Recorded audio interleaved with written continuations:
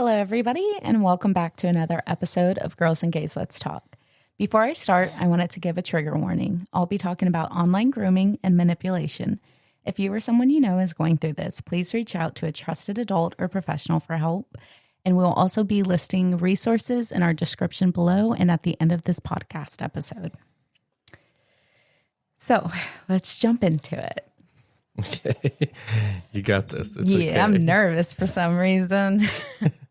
I guess it's because this is like the second time like I've actually told the story full. Because before we did try recording an episode, it was kind of all over the place. And I was like, you know what? I feel like I could do it better instead of bouncing between timelines. Like once you your thoughts can flow better. Yes, and it helped with realizing more things as well. So let's do this. So whenever I was 16, I was a bit of a loner. I did have friends at school, but I wasn't allowed to hang out with them outside of school. That's just a rule my parents had for me specifically. And I found out later on it was because my mom thought I was going to get pregnant. It's a very Hispanic thing. The girl always gets forced to stay at home, but the guy is okay to go out whenever they want. Here's the thing. My two older brothers and my younger sister, they would go and have like slumber parties at their friend's house, and it would just be me and my parents at home. Because you're the oldest.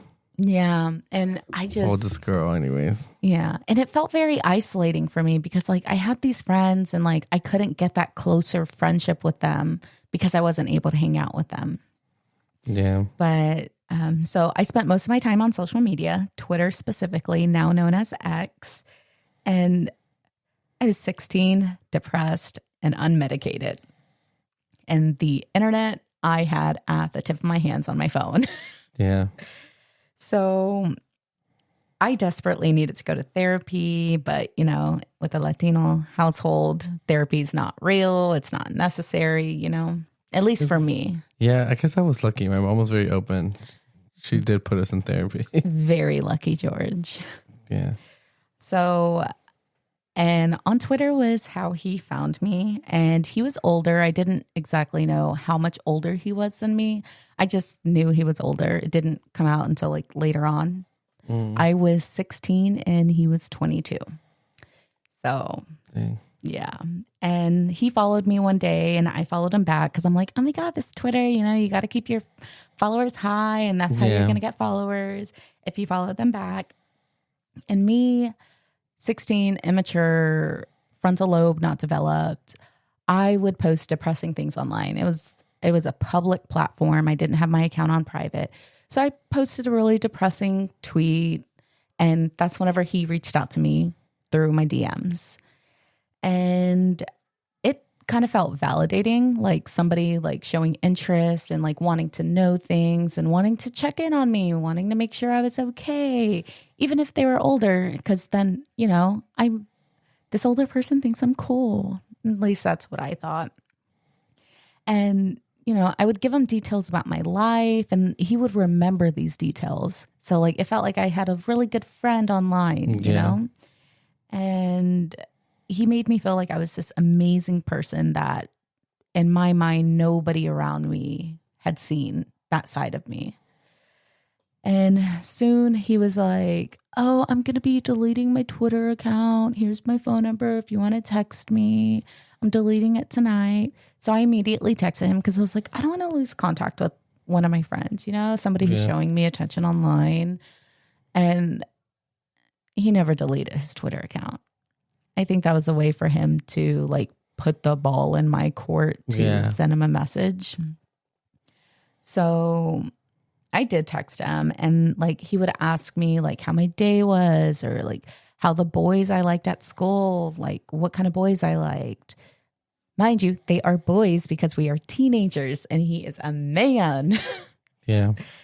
And so looking back at it, I feel like he was kind of like gauging the likelihood of somebody knowing that he was speaking to a minor. Just kind of gauging like how close I was with people and things like that without actually like flat out saying, are you telling people? But, and then, you know, it was all cool, collected. And then whenever I turned 17, it was like a few months later, he was like, hey, do you want to Skype? And I was like, yeah, like, let's Skype. Different times. I know. FaceTime. Different times. So that's kind of whenever the conversations kind of shifted a little bit. Because he was like, why don't you take off your top?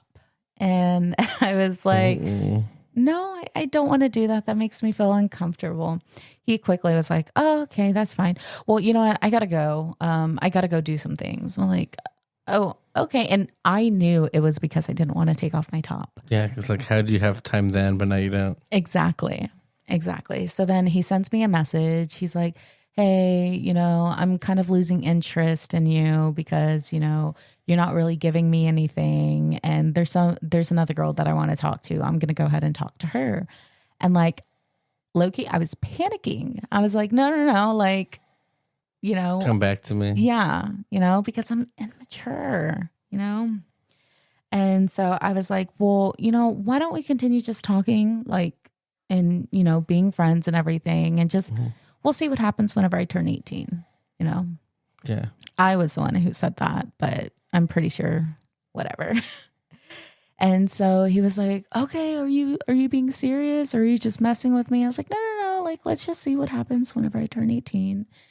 And then I was getting good morning texts. And then whenever my birthday was getting closer, he's like, oh my gosh, like next month you're going to be 18.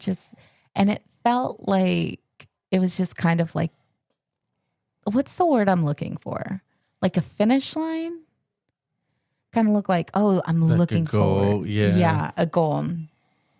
So the day comes and I'm 18 and he's like, happy birthday. Hope you have a good birthday. And like, he was kind of beating around the bush with it, you know, instead of like being the person to flat out ask. And then I would post selfies on Twitter, Instagram, because I had him on Instagram as well. But he never wanted to add me on Facebook. Because I was like, what's your Facebook account? He's like, oh, no, I don't have Facebook. I looked for him. He had a Facebook account. And, I've done that before too. And so then he eventually asked, so that picture, ... And I was like, just give me a few days. Like, let me think about like the pose or whatever. And so then I sent a picture. It wasn't like full body or anything like that. And it worked. He stayed interested in me. And it was like, oh my gosh, you're like one of the most gorgeous chicks ever. Like, you're so cool. I like, this is, you know, just hyping up the picture and everything. And then 7 months later is whenever I meet this boy who turns out to be my husband. And so I told him, I was like, hey, so I met this guy. Cause like, he always wanted to know like the guys that I was into. But I guess like whenever I turned 18, he didn't like want me talking about other guys with him. And like, you could tell that he was upset. And he was like, well, I don't really think that you should be talking to somebody like that. And I'm like, you don't even know. I literally just told you about him. And so he would just always like be very dry whenever I would bring up my husband. And me being immature at 18 years old still, okay. Anytime me and Matt would get into a disagreement or like he would make me mad because like he would be asleep. Because he sleeps in. I've talked about it before. Like he sleeps until like 12 or 1. And I'm like, I am up at 7 a.m. I want to be talking to you. Like I would like tweet and vent my frustrations out. And then he'd immediately swoop in. Oh, I'm so sorry that he's asleep. Like you don't deserve somebody like that. You should come down to San Antonio so a real man can treat you the way you should be treated. And That's creepy. I know. This motherfucker worked at Whataburger. Lord Jesus. I know. And so anytime like he would see that we were having issues, he'd come and swoop in and just try to pull me back to him. And then I was like, you know what? I kind of see like a long-term relationship with this guy, which is now my husband. And so I was like, whenever he tried doing that again, I was like, hey, look, I don't see a future with you. Like you're a good friend of mine. Like we've been friends for the last 2.5 years and red flag. Yeah. And I was like, you know, we've been friends for 2.5 years. I would like to have this friendship, you know, and he did not like that at all. And so one of the things that I like confided in him was like, you know, I just feel that I'm just so unlovable. Like, I don't think that somebody's actually ever going to love me, because I had this thing where I would talk to guys and it'd be 2 months. We'd be talking, and then they just dropped me.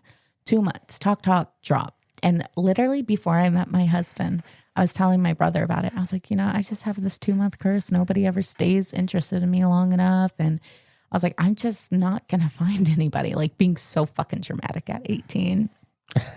And my brother's like, you're going to find somebody. It's like, no, I'm not. And then like the next month I meet my husband, and then it's always when you stop looking. Yeah. I was like, you know, whatever. And then it happened very quickly. Within 2 weeks of me and Matt talking, he thought that we were already dating. And I was like, no, you got to ask me out. So he asked me out 2 weeks later. And then I was like, I don't think I've ever gotten this far with the 2-month curse. I was like, okay, we'll just give it a month, another month and a half, see how it goes. It's kind of funny. So that's a very American thing. What? The whole, we have to talk about it and see if we're dating or not. That is so American. Well, I needed to know.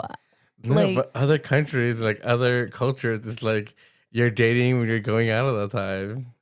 No, I need you to ask me, because I've never had somebody ask me. Well, I had one guy ask me to be his girlfriend, but then we broke up the next day because it was just so awkward. Yeah. It was actually one of Matt's old best friends. That it was so awkward, because this one time we were in the hallway and I had one of my old friends with me, and then his old friend came up. He's like, hey, Matt, how's it going? He's like, good. And I'm just like, this is fucking awkward, you know? Because I talked to his friend for like a month, and then he asked me out, and then like we broke up. And then my friend's like, oh, this is awkward, isn't it? And I was like shaking my head, like, shut the fuck up. And she goes, because y'all dated. And I was like, did we? It's actually kind of funny. My sister went to an ex of hers to his wedding. Really? Because we were friends with the girl's family for many years. Mm-hmm. Like we still talk to them. I don't, but many of the family still do.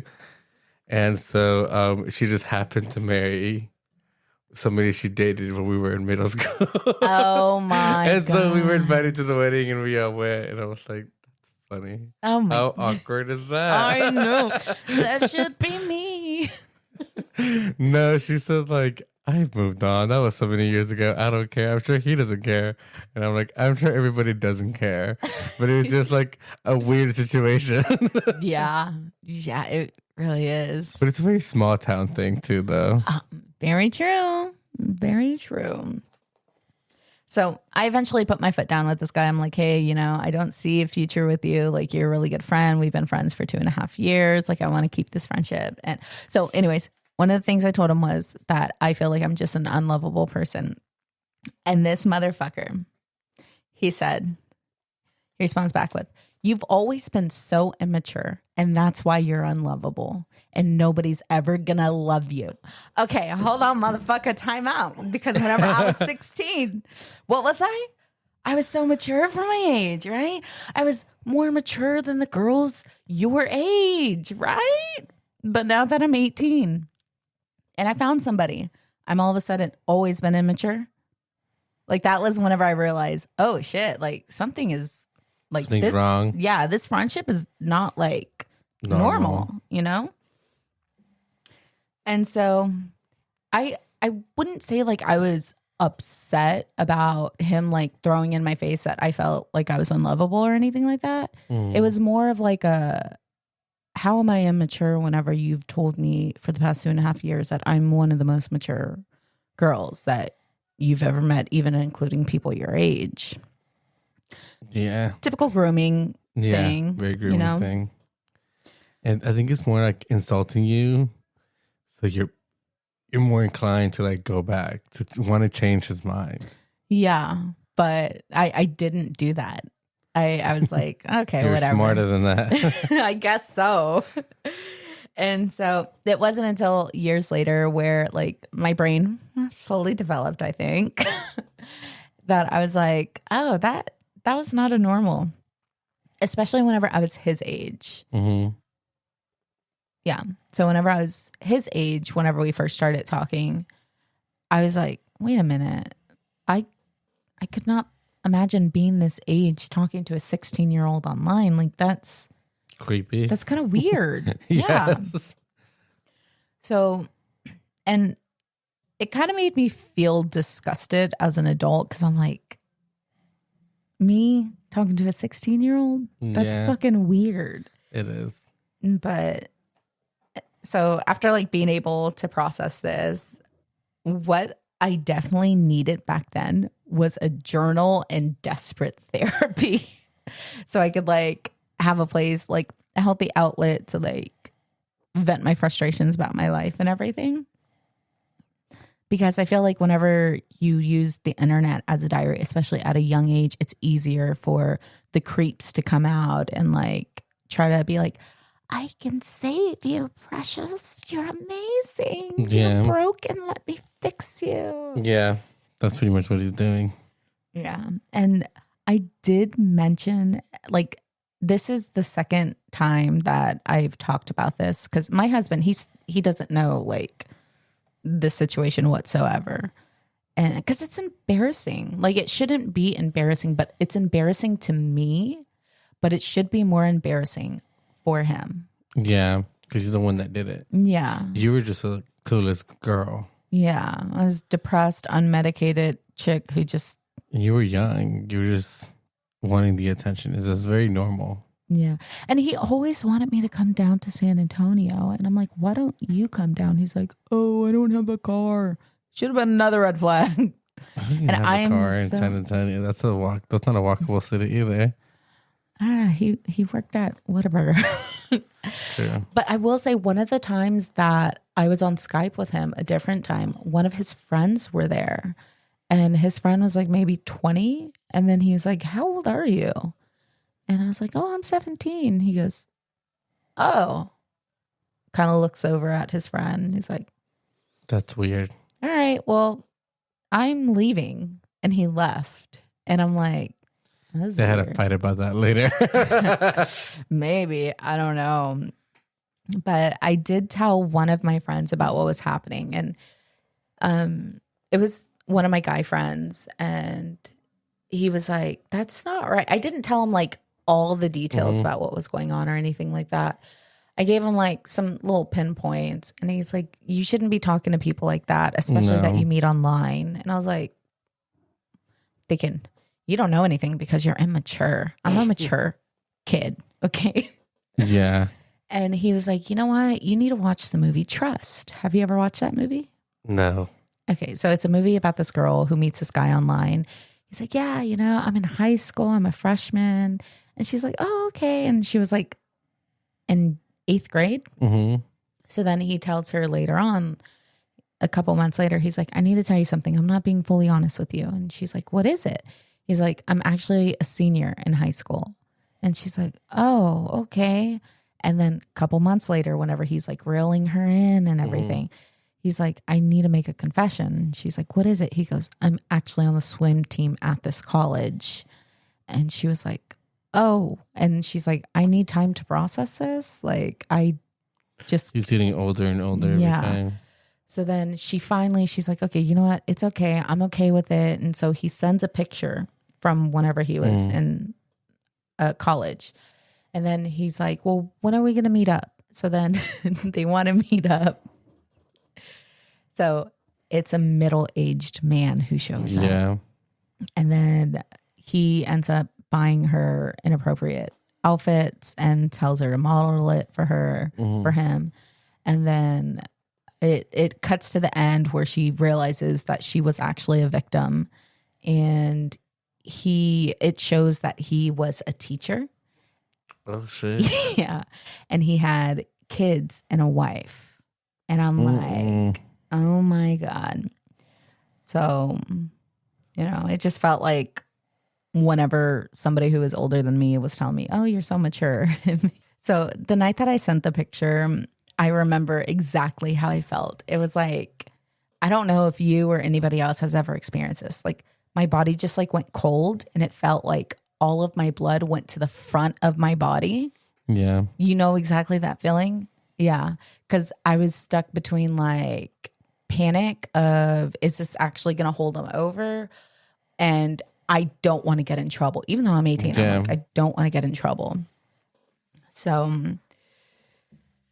you know, especially that Demi Lovato song, really, it always reminds me of that 29, where she's like, finally 29, 17 would never cross my mind, with Wilmer.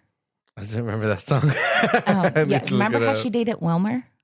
I never followed their drama. Bez from That 70s Show. My family was super religious. We weren't allowed to listen to music like that.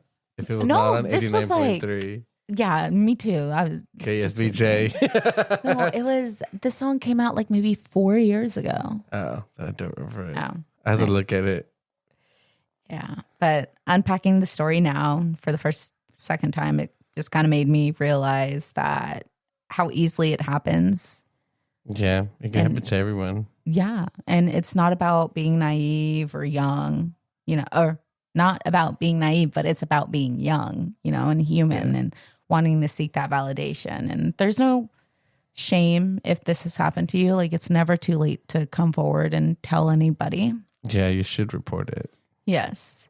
So if you're listening to this and any of this sounds familiar, just want to remind you that you're not unlovable and you're not being dramatic and you're not stupid. You're a person who deserves real love and safety. So please talk to somebody that you trust or a counselor, and don't wait as long as I did to start unpacking it. Yeah. And before we close, we want to leave you with a few important resources. If you or someone you know may be experiencing grooming, manipulation, or any kind of sexual exploitation, please reach out for help.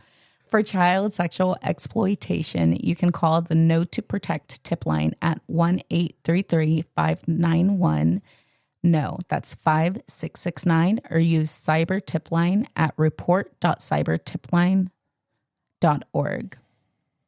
So you're not alone, and there are people ready to listen and help. Yeah. I think therapy could also help a lot of people. Yeah. Too. Fight for therapy. Yeah. Well, goodbye, everyone. That's it for today's episode of Girls and Gays Let's Talk. Thanks for hanging out with us. If something we said hit home or made you laugh, cry, or text your toxic ex, you know what to do. Leave us a review, share the episode with your favorite chaotic friend, and don't forget to follow us on socials for behind-the-scenes drama and messy opinions. New episodes drop every Tuesday. Until then, stay loud, stay soft, and stay exactly who you are. Bye. Bye.